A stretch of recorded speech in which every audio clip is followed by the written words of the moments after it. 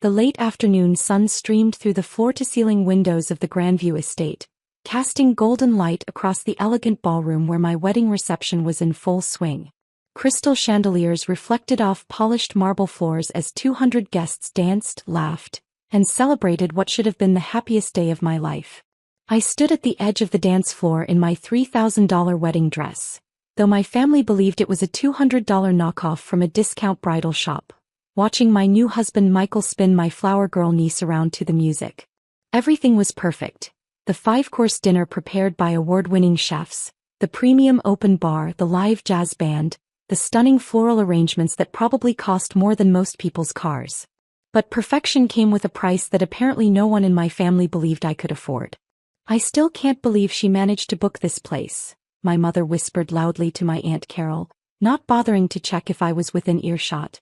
"The Grandview estate costs $50,000 just for the venue rental, not counting food, drinks, flowers, or entertainment." Aunt Carol glanced around the opulent ballroom with obvious appreciation. "It must be Michael's family paying for all this. Thank God that girl finally found someone with money." I pretended to be fascinated by my bouquet as I listened to them dissect my financial situation for the entertainment of our relatives. "Poor thing has been struggling for years with that little photography business," Mom continued, "taking pictures of babies and high school seniors for $200 a session. I keep telling her to get a real job, but she insists on pursuing this artistic dream." My cousin Janet joined the conversation, wine glass in hand. "Well, at least she found a husband who can support her properly. Michael's construction company must be doing well if they can afford a wedding like this." I felt my cheeks burn with embarrassment and frustration. Here I was on my wedding day, listening to my own family speculate about my finances and dismiss my career as if I weren't standing right there. The truth was, Michael and I had split the wedding costs evenly, despite my offering to pay for the entire event. He'd insisted on contributing equally because he said it was important to him to feel like a partner rather than someone being supported by his wife's money. It was one of the many reasons I loved him. He saw me as an equal, not a charity case. "I just hope she's not going into debt for this," Mom said with a sigh. "You know how young people are these days. No sense of financial responsibility." That comment stung particularly deeply since I'd been financially supporting my parents for the last 3 years without them knowing it. The mysterious insurance settlement that had paid off their mortgage? That was me. The sweepstakes winnings that had covered Dad's medical bills? Also me. The church scholarship that had sent my younger brother to college? Me again. Michael appeared at my side, looking handsome in his perfectly tailored tuxedo. "Hey beautiful. Why do you look upset? This is supposed to be the best day of our lives." I forced a smile. "Just listening to family commentary about our financial situation." He followed my gaze to where Mom was still holding court with her theories about who was paying for what. "Your mom is doing the thing again, isn't she?" he asked quietly. The thing was what we called my family's tendency to discuss my supposed poverty as if I were either not present or not capable of hearing them. "It's fine," I said. "I'm used to it." "Well, I'm not," Michael said, his jaw tightening. "It's our wedding day, Sophia. You shouldn't have to listen to people talking about you like you're some kind of charity case." Before I could stop him, Michael was walking toward my mother's group. I hurried after him, hoping to prevent what was about to become a very awkward confrontation. "Excuse me, Mrs. Martinez," Michael said with exaggerated politeness. "I couldn't help but overhear your conversation about the wedding expenses." Mom looked flustered at being directly confronted. "Oh, Michael. We were just admiring how beautiful everything is. You and your family have really outdone yourselves." "Actually, Mrs. Martinez, I think there's been a misunderstanding. Sophia and I split all the wedding costs 50-50. She insisted on paying for exactly half of everything, including this venue." The group went quiet. Mom's face cycled through confusion, disbelief, and something that might have been panic. But how could she afford? Mom started, then caught herself. How could she afford her half of a $150,000 wedding? Michael's voice was getting louder, drawing attention from nearby guests. "Maybe because she runs a successful business that generates over $2 million in annual revenue." I grabbed his arm. "Michael, please. No, Sophia. I'm tired of watching your family treat you like you're broke when you're probably the most successful person in this room." Aunt Carol's wine glass nearly slipped from her hand.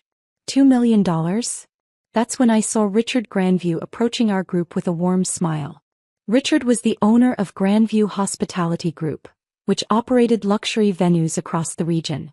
He was a distinguished man in his 60s who treated his properties like works of art and his clients like royalty. "Miss Taylor," he called out, using my maiden name as he'd known me professionally for several years. "I hope you're enjoying your special day." I smiled at him, grateful for the interruption. "Richard, everything has been absolutely perfect. Thank you so much for making this day magical." "It's my pleasure. And I wanted to personally thank you again for the acquisition. Having Taylor Creative Holdings purchase our entire chain has been the best thing that could have happened to our company." The words hung in the air like a bomb that had just been dropped in the middle of our family gathering. Mom's face went completely white. "Acquisition?" Richard beamed with pride. "Oh yes. Miss Taylor's company acquired Grandview Hospitality Group 6 months ago. We now have the capital to expand to 12 new locations across the state. It's the most exciting development in our company's history." He turned to me with obvious admiration. "Your vision for combining luxury events with cutting-edge digital marketing has already increased our bookings by 300%. The photography and videography packages you've integrated are revolutionary." My cousin Janet made a sound like she was choking on her wine. "Photography packages?" Mom whispered. "Oh, you must be so proud of your daughter," Richard continued, oblivious to the family drama he'd just ignited. "Taylor Creative Holdings isn't just about photography anymore. The event planning division, the luxury venue chain, the digital marketing agency, she's built quite an empire." He gestured around the ballroom.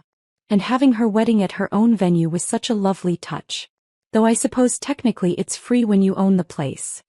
Richard laughed at his own joke while my family stared at me in stunned silence. "Empire?" Aunt Carol repeated weakly. "Absolutely. 15 venues across 3 states. A team of 200 photographers and event coordinators, partnerships with luxury hotels and resorts.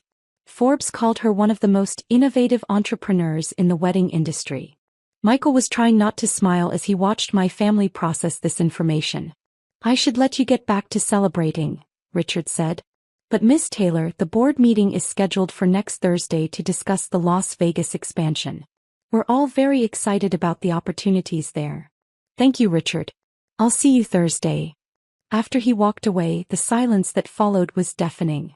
5 family members stood in a circle, staring at me like I'd just revealed I was an alien from another planet. Mom was the first to speak, her voice barely above a whisper. "Sophia, you own this place?" I nodded. "Among others. Grandview was actually my first major acquisition. I've been expanding the business model to other markets." "But you said you take pictures of babies," Janet said weakly. "I do. That's how I started, doing portrait sessions and wedding photography.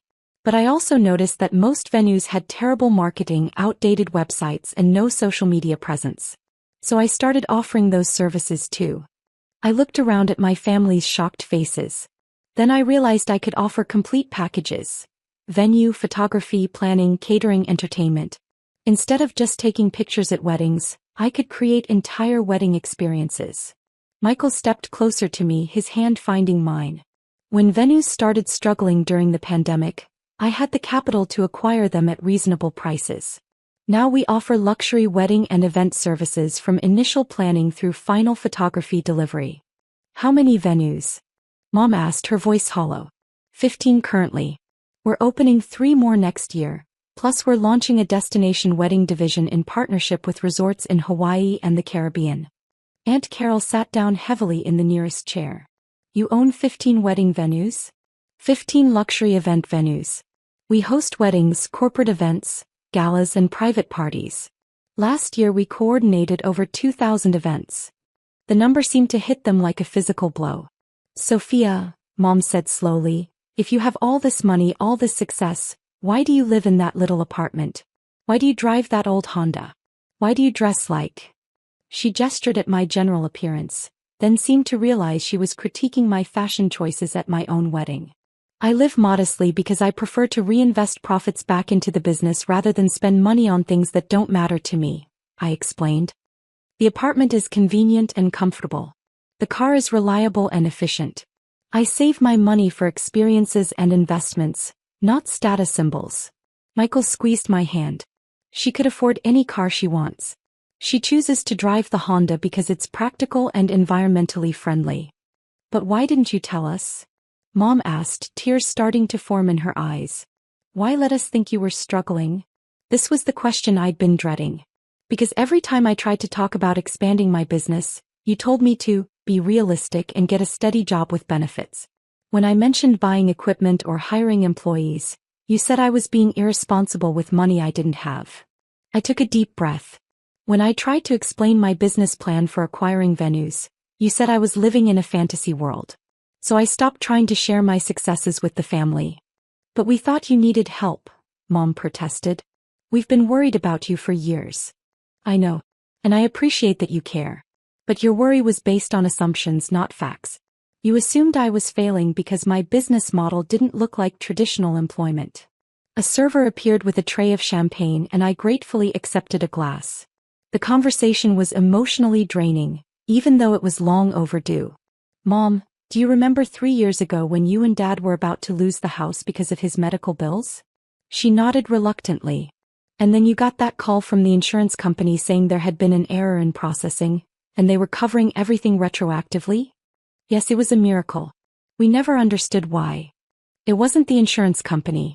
I paid those bills directly and had my lawyer structure it to look like an insurance settlement so you wouldn't feel obligated to pay me back. Mom's hand flew to her mouth. And the church scholarship that sent David to college? That was the Taylor Creative Holdings Educational Foundation, which I established specifically to help family members pursue their dreams without having to ask for help directly. My brother David, who had been standing nearby and apparently listening to everything, stepped forward with wide eyes. Sophia, you paid for my college? I established a scholarship program. You earned it through your grades and your essay about wanting to become a teacher. The foundation just made it possible. How much? Mom whispered. How much money have you spent helping us? I looked at Michael, who nodded encouragingly. Including the mortgage payoff, medical bills, college tuition and various other assistance over the years? Approximately $400,000. The number hit the group like a physical blow. Several people had to sit down. But you never said anything, David said, his voice shaking. You let us think it was scholarships and insurance settlements and lucky breaks. Because I wanted you to feel proud of your accomplishments, not indebted to me. You earned that college degree, David. The scholarship just removed financial barriers. I turned to Mom. And you and Dad worked hard your entire lives and didn't deserve to lose your home because of medical costs you couldn't control. I had the ability to help, so I did. But why keep it secret? Aunt Carol asked. Because I know this family. If you'd known the help was coming from me, it would have changed our relationships. You would have either felt obligated to pay me back, which would have been financially impossible, or you would have started expecting assistance instead of appreciating gifts. Michael stepped forward. What Sophia is too modest to tell you is that she's been quietly supporting half the people in this room. The Taylor Creative Holdings Foundation has provided over $2 million in scholarships, medical assistance and emergency funds to family members and employees over the last 5 years. $2 million? Janet repeated faintly. That's just the charitable giving, Michael continued. The business itself is valued at approximately $15 million. Sophia is worth more money than the rest of the family combined, and she's been using that wealth to take care of everyone while letting you believe she was the one who needed help.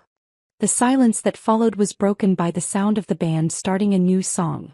Around us, the wedding reception continued as our family processed revelations that changed everything they thought they knew about me.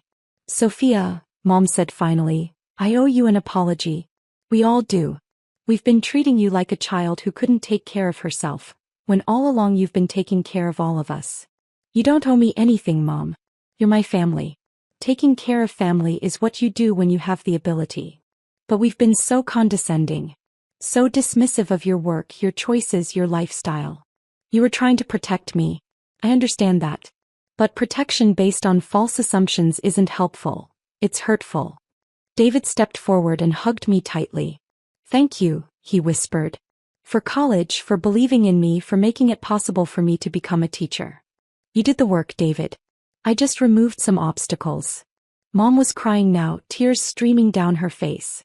I'm so proud of you, sweetheart. I should have said that years ago, but I'm saying it now. You've built something incredible. We're all proud, Aunt Carol added. And we're all ashamed of how we've been talking about you.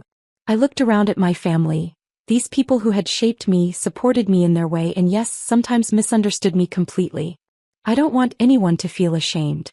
I want us to move forward with better understanding. And I want you to know that despite everything, despite the frustration and hurt feelings, I love this family and I always will. Michael wrapped his arm around my waist. And now they know that when you said you wanted to pay for half the wedding, you weren't being stubborn or proud. You were being generous by not paying for the whole thing. That actually made Mom laugh through her tears. Speaking of the wedding, I said, there's one more thing you should probably know. I gestured toward the band which had just finished their set. See the musicians? That's the Taylor Creative Holdings house band.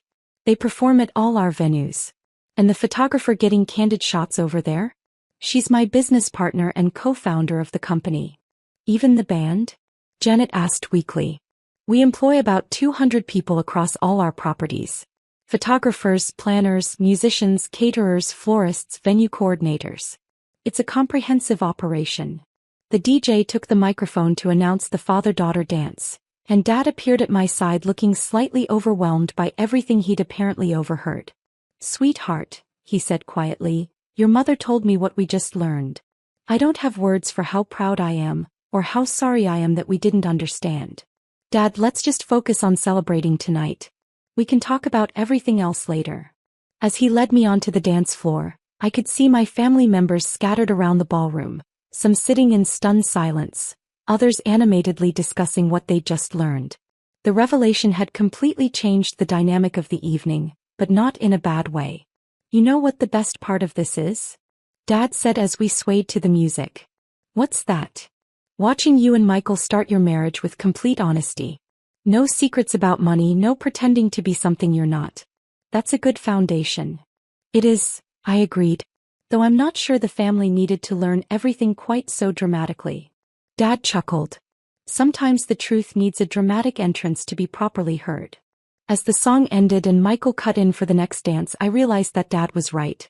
For years, I'd been allowing my family to believe a version of me that wasn't real. Tonight they finally met the actual me. Successful, generous, independent, and capable of taking care of not just myself but all of them. No regrets. Michael asked as he spun me around. None. It feels good to finally be seen for who I really am.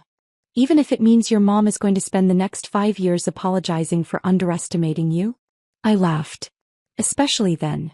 As the evening continued, I noticed a subtle but significant change in how my family interacted with me. The condescending advice stopped. The worried glances disappeared. Instead, I found myself in conversations about business, investments, and future plans. For the first time in years, they were asking for my opinion rather than offering unsolicited guidance. It was exactly the wedding gift I hadn't known I wanted. The gift of being seen, understood, and respected by the people who mattered most to me. Later that night, as Michael and I prepared to leave for our honeymoon, Mom pulled me aside one final time. Sophia, I need you to know something. I'm not just proud of your success or your money. I'm proud of your kindness, your generosity, and the way you've taken care of this family without asking for recognition. Thank you, Mom.